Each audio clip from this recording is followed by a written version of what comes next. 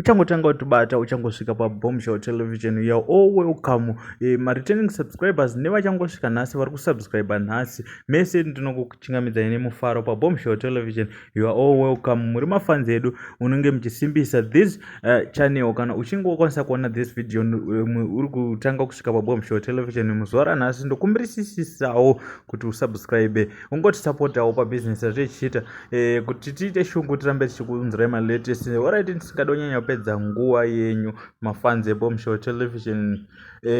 Pane nyaya inosirisa yekuti waona this video kusvika panapa, ingonyora mucomment section kuti rest in peace kune vana 14 vafa patsaona ndofunga tese tiri kuziva kuti zvikoro zvakavharwa. Pakubva kuchikoro vakuti takuenda kumba for this long period tiri kuchikoro, ndo pakusangana netsaona vanga vari 25, saka 11 vakaita vakakwara and 14 vakafira patsaona ipapo. Saka tongoti rest in peace kune vabereki vana vafa and vabereki vafirwawo vacho vanongochemawo netariro, tongoti nematambudziko.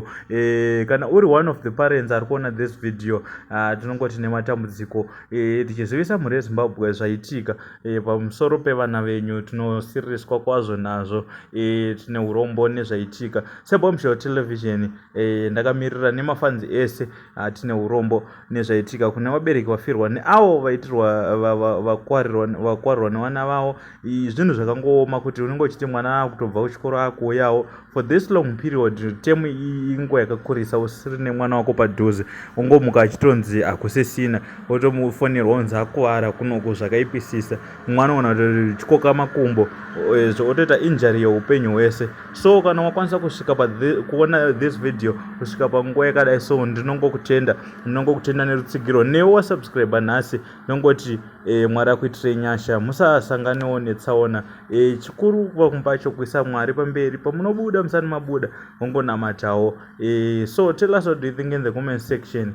Pakaipa guys, tongoti rest in peace kune vafirwa, kune vafa vacho, tongoti nematambudziko kune vafirwa. Thank you.